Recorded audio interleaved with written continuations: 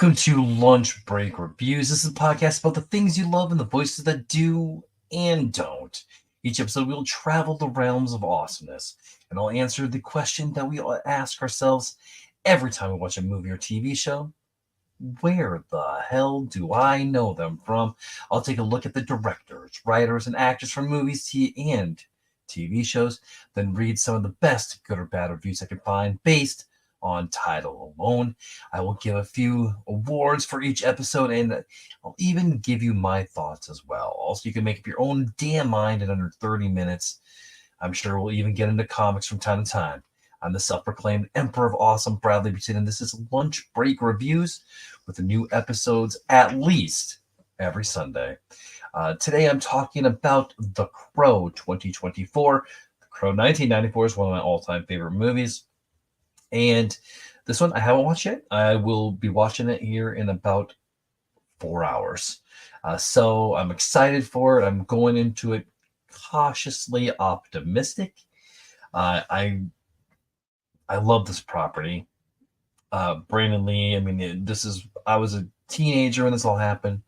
I'm excited. I really do want to see it. I want it to be good, but we will see. So let's get into some background information with this one. The release date of The Crow is nationally is on 8/23. IMDb has this rated at a 4.7 out of 10 with over 5,000 reviews. Rotten Tomatoes has a 20% of the tomato meter, and then they changed their audience score to the popcorn meter, and that is at a 66%. All right, so now it's time to do Where the Hell Do I Know Them From?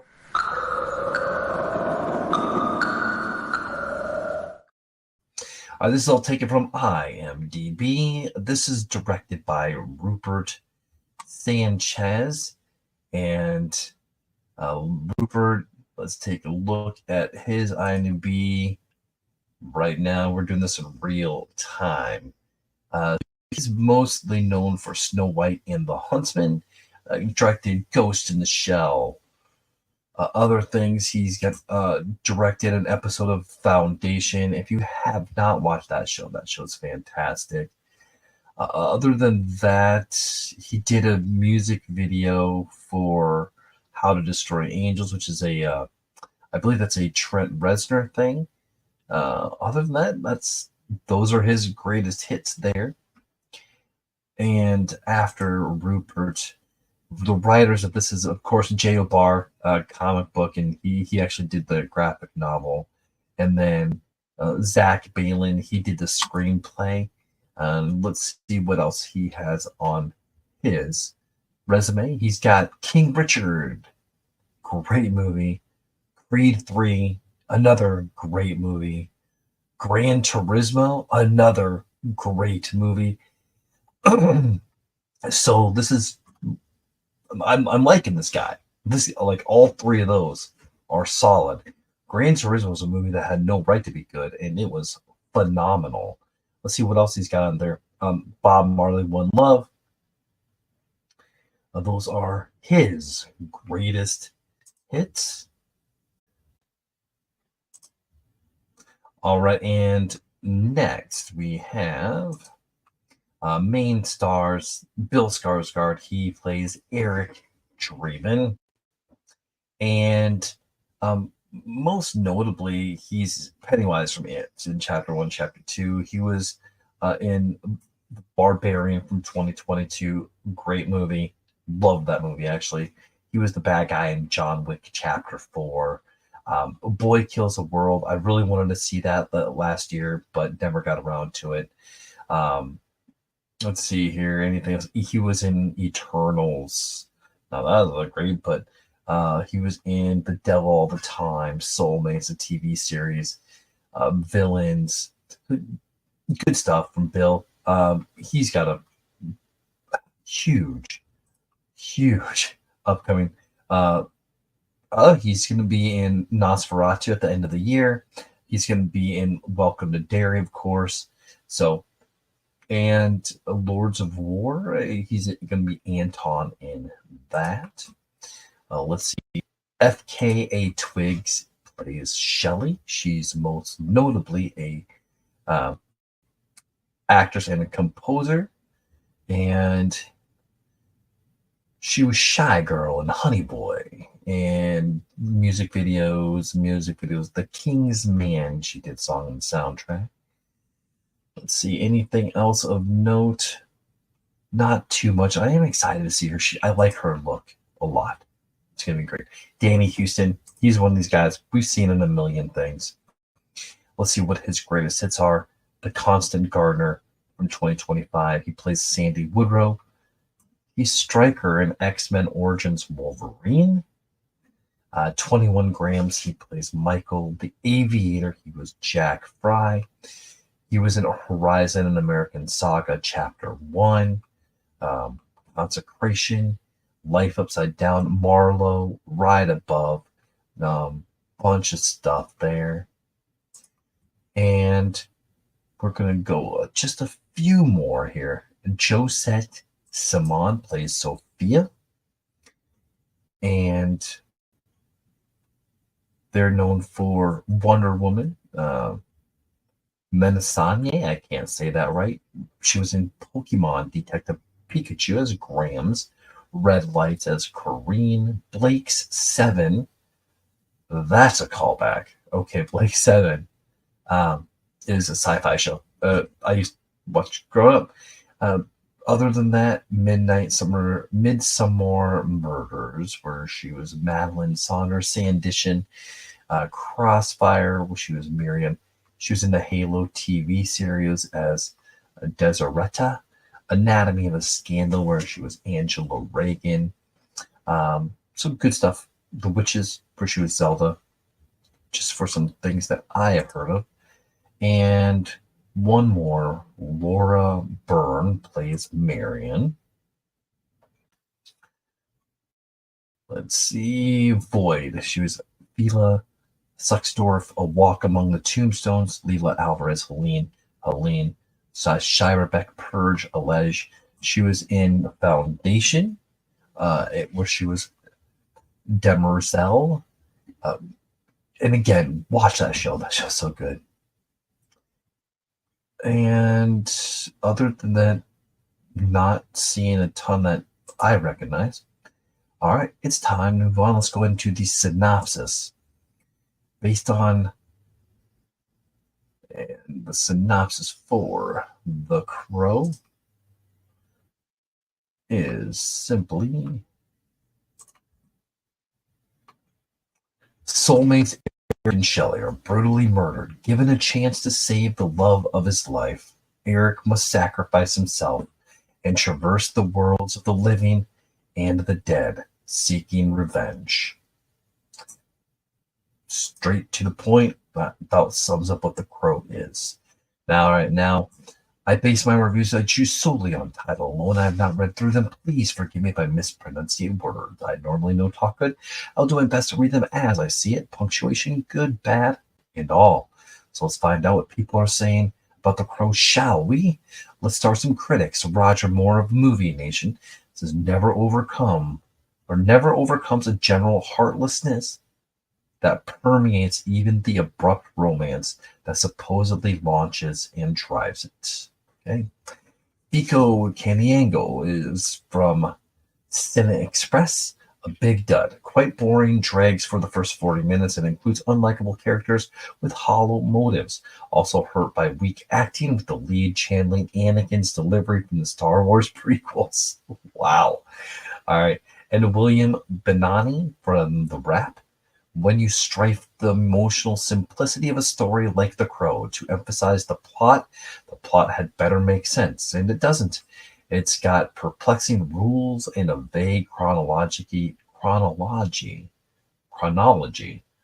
Can't talk. And nothing seems like it matters anymore. All right, enough of that. Let's hit some bad reviews. Here we go. This is going to be a 1 out of 10.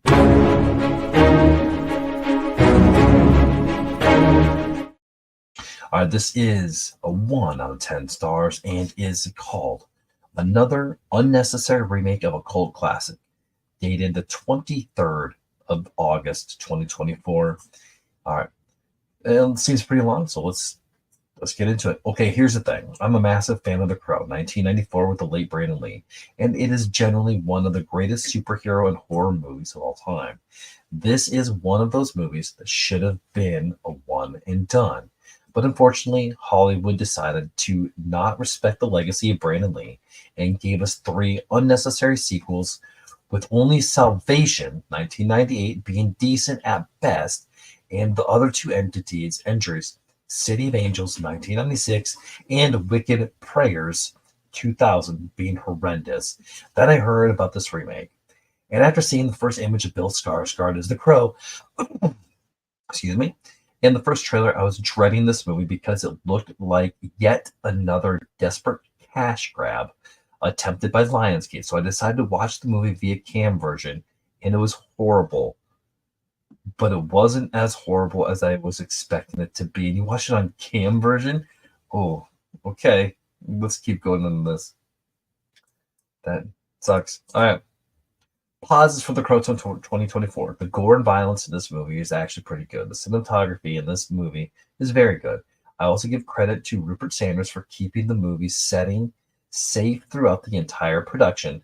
And finally, this movie isn't the soulless remake that I was expecting it to be. Negatives for The Crow. First off, Bill Skarsgård is not that captivating as Eric Draven. And yes, while he wasn't terrible with his performance as this character, but he's not Brandon Lee. There was just an aura and presence surrounding Brandon Lee that made his performance in that original movie special. But in here, Bill Skarsgård feels like a cheap imitation of Eric Draven. It also doesn't help that I couldn't take him seriously with his look in the movie. Then you have FKA Twigs as Eric Draven's lover, Shelley Webster, and she was so bland and boring in this movie.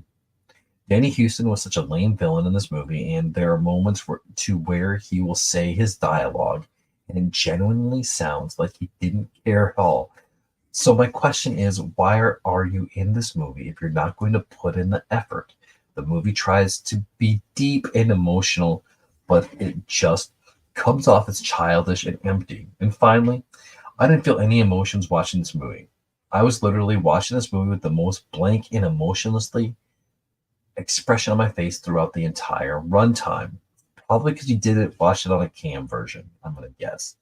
Overall, there is literally no reason for this movie to exist, and I honestly hope that this is the last time we ever see a Crow movie, because there just is an aura surrounding that movie and the tragedy of Brandon Lee. This is one of the most pointless cash grab by Lionsgate, and they should be ashamed of themselves for even putting this movie into production.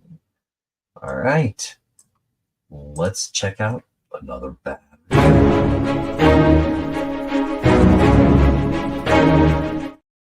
All right, this is warning spoilers and is dated the 23rd of August of 2024 and is titled Sigh. Warning spoilers. I compared it to Brandon and was immediately disappointed. Sadly, the movie dragged on and was insanely boring. The only thing that was kind of good was the gore, but that's because it's 2024 and CGI is good nowadays. But the story just took way too long. Shelley's character was absolutely horrendous, and I don't like how Eric was just talking to people after he died. There was no mystique or mysteriousness to him. He just kind of was there. Not sure where the middle world came from or who that guy who spoke into people's ears came from, but it just wasn't good. I highly recommend saving your money. All right, fair enough. And let's do another bad review.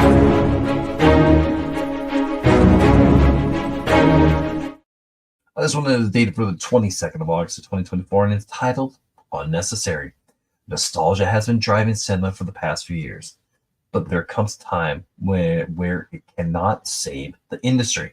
The Crow 2024 was a movie that was unnecessary and proved a good idea can be wasted in poor vision. The whole charm of The Crow, it was different and offered audiences something uncharted. In this adaptation, it's all been done and unfortunately better. Bill Skarsgård is talented, but he lacks the charm of being this dark soul. Earlier, he did a movie called Boy Kills the World, where he's silent and put out a better performance than his dribble he put out. The director and studio banked up CGI and dull action scenes and totally forgot about story and character. Ouch. All right. Well, let's go the other route and let's see what some good reviews have to say.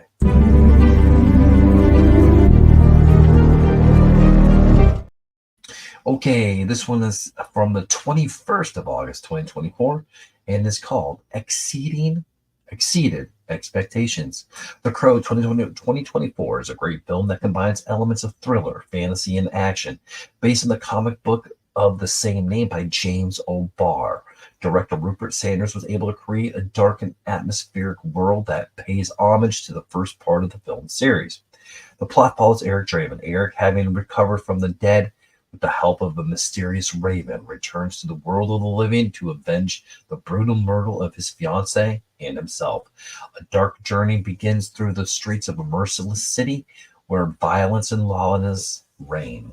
The film is striking in its visuals, aesthetics, dark gothic sets, spectacular lighting solutions, and elaborate costume style create a unique atmosphere. The music perfectly emphasizes the emotional load of the scenes, making every moment more memorable. Bill Skarsgård as Eric Draven showed incredible depth and charisma. His character is not only a warrior of revenge, but also a victim tormented by the pain of loss and the desire for justice. The Crow raises important themes: love, loss, and justice, intertwining them with an atmosphere of revenge, full of a revengeful fantasy. It leaves the viewer with a sense of the inherent injustice of the world and the need to fight for justice, even if it means crossing the boundaries between life and death. Despite some of the stereotypes of the genre and the predictability of some plot twists, The Crow remains an outstanding example of good cinema combining artistic expression and deep feelings. This film is best described as a dark poem about love and revenge, and is certainly a must-see for anyone who appreciates alternative cinema. Okay, I have another 10 out of 10, so here's another good review.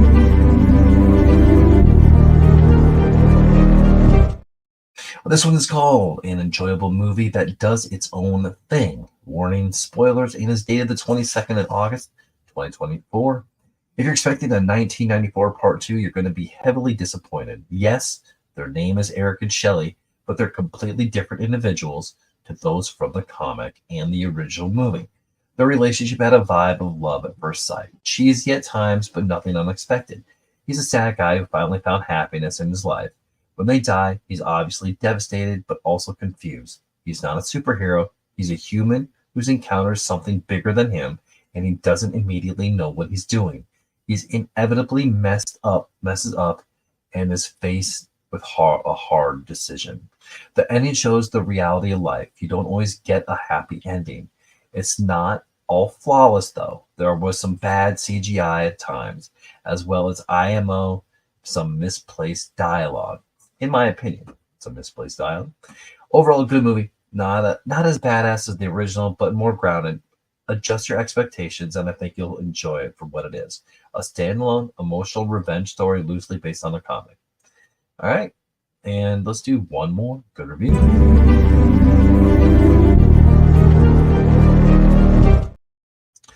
This is a Don't Believe These Wannabe Critics. This is dated the 23rd of August and is a 10 out of 10. Warning, spoilers. The original will always be a classic, but felt so unfinished to me due to Brandon's death. I love this remake. I love that I felt the story was more complete between the two main characters. I love that they put a twist on the whole movie that makes it more sense in a fantasy type world. The kills of the two main characters actually happen for a reason. Their story is built up way more than the original as well. Overall, I'm a horror fan, so I love the blood, lots of blood and gore. The opera scene, chef's kiss. I'm looking forward to that. Stop judging based off the original. Let it stand on its own. Bill was amazing in the role of Eric. He does amazing in any film he's in. Bravo. We'll see it again. Okay. We heard some good, we heard some bad.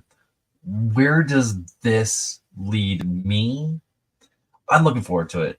I feel like I got more substance from the good reviews than I did from the bad reviews, which, and just from talking to a couple people that have seen the movie. So I'm looking forward to it. I'm gonna go in there not expecting to see the 1994 version. All right. So I can't give any awards because I haven't seen it yet. But I do have next week. Reagan is coming out, which I'll probably cover that one. And then we got, of course, we have Beetlejuice. Beetlejuice coming out in the very, very near future, here in about 2 weeks. But I want to know if you've seen it. So now it's your time. It's your turn to decide where would you rank this one. What did you like about it? What didn't you like about it? So why don't you find me, friend me, or follow me at Facebook at Nerd Positive, TikTok at Nerd Positive1, or movies.bs. That's my work TikTok, and we have a lot of fun. Instagram at the Fandemic One. If you feel there's more of a conversation, feel free to reach out and let's talk. Who knows? Maybe you'll be the next guest on Nerd Positive.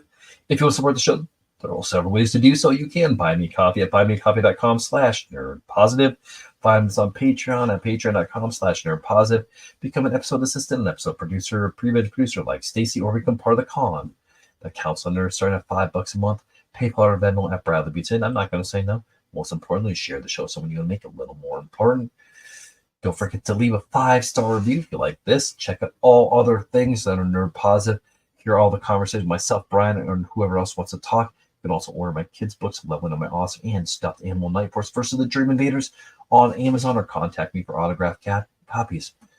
All right, this was a lunch break review of The Crow, and we are currently at 22 minutes.